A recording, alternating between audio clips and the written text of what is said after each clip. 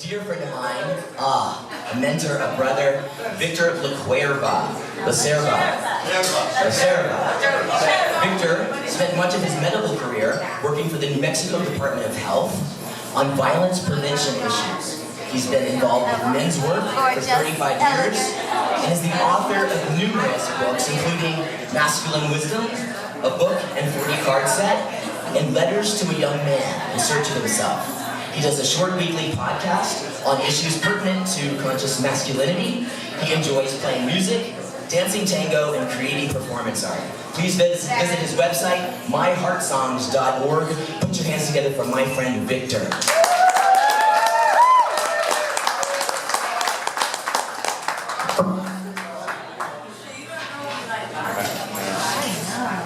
Horny with a soft penis is the song I sing.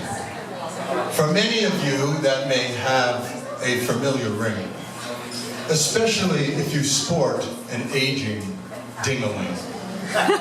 Now, I'm not complaining, just explaining, never blaming, perhaps rearranging what my apple pie. I became more and more aware of her casual stare. Was she really looking at me and considering some possibility? Her eyes were electric blue, mingling intelligence and kindness in a pleasing brew. And as for the rest of her, well, I'll leave that imagining up to you. She was appealing physically without being revealing, a panoply of sensuality and gorgeous femininity. I found myself lost in sweet fantasy. I sent aloft a simple smile, and in her gentle, lovely smile, her lips and eyes returned the favor, offering me something else to savor.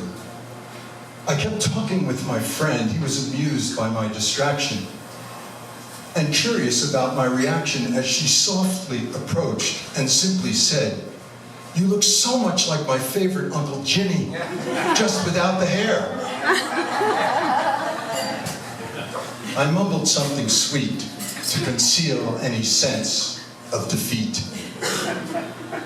What was that burning yearning to be held captive, to still be found attractive? She was 25 years younger. What is that hunger all about? A cosmology of masculine biology and conditioning. Now here's the thing. In that moment, I honored my vitality, rather than be imprisoned in some lonely land where I'm labeled dirty old man. I hate that term for its judging tone, and in this I know I'm not alone. That being said, it's clear I can enjoy what goes on in my head, but it's not okay to try and have my way with lewd remarks or a groping hand. Against that, we all must take a stand. Yeah. In the art of the flirt, no one gets hurt. The attention is mutually welcome, and both feel good, their day uplifted. Respect is what is called for here, though when we've had drugs or booze or even beer, the notion of clear consent, with our senses so bent, can unfortunately disappear. Now of Viagra, I've some tales to tell. Vitamin V sure makes it swell. Well, it's interesting to observe that possibility, to feel again my youthful power, yet still have a deeper truth that understands what true loving means, both beyond and under the covers. With my wife, I regularly enjoy lots of blisses, with much touch and lingering kisses. We know that variety and novelty are part of our biology, so we try to keep our sex open, creative, and filled with honesty, the only way to be. Now for this exploration to feel more complete, I need you from your seat to leap and offer me 5 words, and we'll see what further emerges in a discussion of our primal urges. I just need 5 words. One at a time helps me make them mine, and then I can find some rhyme. I just need 5 words. Erotic. Erotic. Grass. Erotic. Exotic. Can we become aware and really learn to care within this web of confusion and delusion and illusion? We surely can find some clarity. Grass. Grass? Grass. Well, what rhymes right away is derriere. It's something that we sure can light and no doubt have a certain fright when that becomes the lens through which we see T and A. There's more to that beyond me. And how can I find some peace in that and really see? I just need 5 words. 3 more will do. Let's see where we go. It's up to you. Transformation. Transformation.